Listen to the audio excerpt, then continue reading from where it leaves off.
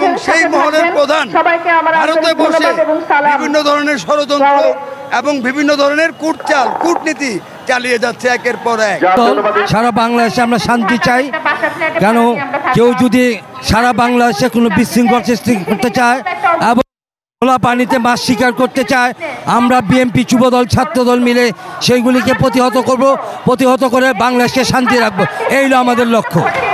আমরা আজকে দীর্ঘ সপ্তাহখানিক ধরে বিভিন্ন ওয়ার্ড ইউনিট পর্যায়ে আমরা ত্রাণ কালেকশন করছি আমাদের নিজেদের মাঝখান থেকে, কোনো চাঁদাবাজি করি না। আমরা বিএনপি করি, বিএনপি নেতাদের নির্দেশ আছে, আপনারা যার কাছে যা আছে সবাই নিয়ে সব কিছুতে সহায়তা করুন, এটা আমাদের নির্দেশ। বিএনপি একটা শান্তির দল, সন্ত্রাসী দল না। বিএনপি নিয়মটাকে বিশ্বাস করে, নিয়মতান্ত্রিকভাবে বিএনপি ক্ষমতা যেতে চেয়েছিল, ভোটের মাধ্যমে ক্ষমতা দিয়েছিল।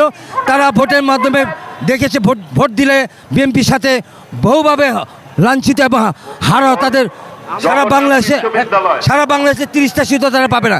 সেই জন্য তারা কোনো নির্বাচন দিচ্ছে না, তারা সন্ত্রাসী কার্যকলাপ করছে। শুধু খালেদা জিয়া না, খালেদা যেতে আরম্ভ করে ইউনিট পর্যায়ে নেতাদেরকে 12টা 14টা 15টা করে কেস দিয়েছে। এইবারে অরাজকতা সৃষ্টি করে দুইবার তারা নির্বাচন করেছে। এইবারও তারা গিয়েছিল 7 মাস 2 দিন থাকে 7 মাস পর তার ক্ষমতা অর্জন করছে।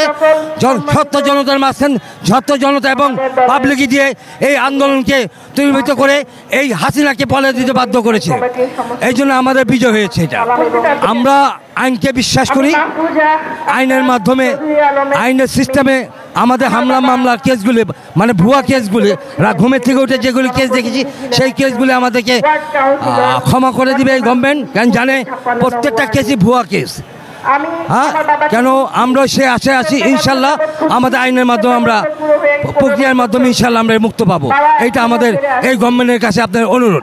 দীর্ঘ 17টা বছর বিএনপির এই আন্দোলন, রাজপথে সংগ্রামের আন্দোলন, বিএনপি আন্দোলনে ওতপ্রোতভাবে জড়িয়ে ছিল। প্রতিটা নেতাকর্মী এই আন্দোলনে সক্রিয়ভাবে অংশগ্রহণ করেছে।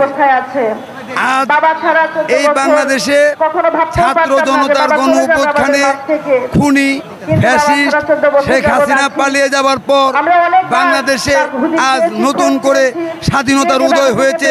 সেই স্বাধীনতার উদয়ে আমরা অত্যন্ত খুশি এবং আমরা আনন্দ আবেগ আপ্লুত। আজ আপনারা দেখেছেন এই যে ছাত্র জনতার গণ অভ্যুত্থান, এই গণ অভ্যুত্থানের একমাত্র অবদান ছাত্র জনতা। আজকে ছাত্র জনতা এই আন্দোলনটা সঠিকভাবে এবং সুন্দরভাবে না করলে আজকে শেখ হাসিনার পতন হতো না। আজ এই ছাত্র জনতার গণ অভ্যুত্থান আন্দোলনে আমাদের বিএনপিও সক্রিয়ভাবে অংশগ্রহণ করেছিল। আমাদের বিএনপির দলের নেতাকর্মীরা এই ছাত্র দলের এই ছাত্র জনতার এই আন্দোলনে সক্রিয়ভাবে ছিল। এখন প্রশ্ন হচ্ছে এই গণ অভ্যুত্থানকে একটা বিপ্রতিরোধ এই অভ্যুত্থানকে বিফল করার জন্য একটা মহল পায়তারা করছে। এই অভ্যুত্থানকে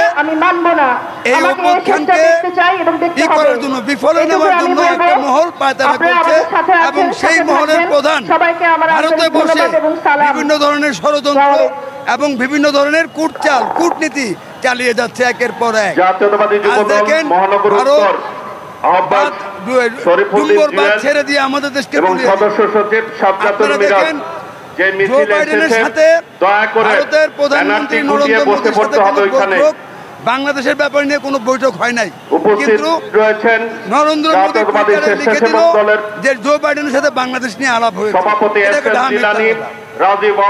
আপনারা দেখেন ভারতীয় মিডিয়াগুলো যেভাবে বাংলাদেশের এই যে আপনার সনাতন এবং সংখ্যালঘুদের নিয়ে এক একটা রিপোর্ট করে যাচ্ছে, সেটাও মিথ্যা কথা। আমরা খোঁজ নিয়ে দেখেছি, বিশেষ করে আমাদের হাজারীবাগ এলাকায় হিন্দু সম্প্রদায় বেশি। 4-5টা পাড়া আছে হিন্দু পাড়া। 5টা পাড়ায় আমাদের ছেলেপেলেরা ওই হিন্দু পাহারা, ওই হিন্দু মন্দিরগুলো প্রতিনিয়ত পাহারা দিয়েছে। 5 তারিখের পর থেকে এখনো দিয়ে যাচ্ছে। হিন্দুদের সাথে আমরা কথা বলছি। আমাদের যে চেয়ারম্যান, সাবেক চেয়ারম্যান বীর মুক্তিযোদ্ধা মুজিবুর রহমান মজু, উনি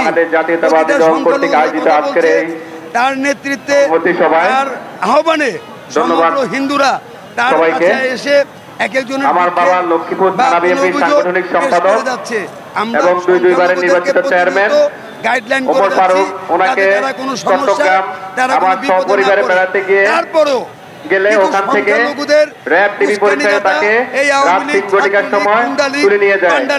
আজকে 11 বছর আমরা জানি না আমাদের বাবা জীবিত আছে কি নাই।